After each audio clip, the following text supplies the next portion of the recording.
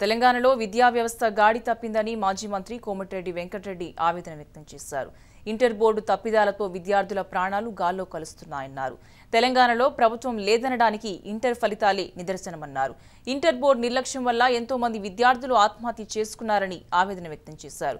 దీనిపై ముఖ్యమంత్రి ప్రజలకు క్షమాపణ చెప్పాలని డిమాండ్ చేశారు. విద్యాశాఖ మంత్రి జగదీష్ రెడ్డిని వెంటనే డిస్మిస్ చేయాలని డిమాండ్ చేశారు.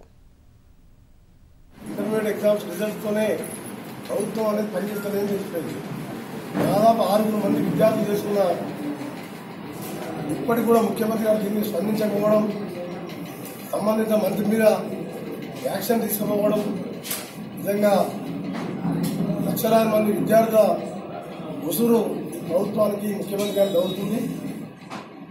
అమాయకులైన పిల్లలు ఫస్ట్ ఇయర్లో 99 మార్క్స్ వచ్చి 99% వచ్చి 2వ సంవత్సరంలో ఫెయిల్ అయిందంటే నువ్వు ప్రజలకు, పిల్లలకు, తల్లిదండ్రులకు క్షమాపణ చెప్పాలి. వెంటనే సంబంధిత మంత్రి, చేతగాని మంత్రి, దౌర్భాగ్యుడు మా జిల్లాకి వెళ్ళి ఉండడం విద్యాశాఖ మంత్రి నిజంగా మన దురదృష్టం. జిల్లా పరువు మంట కలిపిన ఈ మంత్రిని వెంటనే డిస్మిస్ చేయాలి. ఆయనకి ఏమాత్రం నైతిక విలువలు ఉంటే రాజీనామా చేయాలని చెప్పి కూడా ఈ సందర్భంగా డిమాండ్ చేస్తున్నాం. ఎగ్జామ్స్ కూడా సరిగ్గా నిర్వహించలేని ప్రభుత్వం.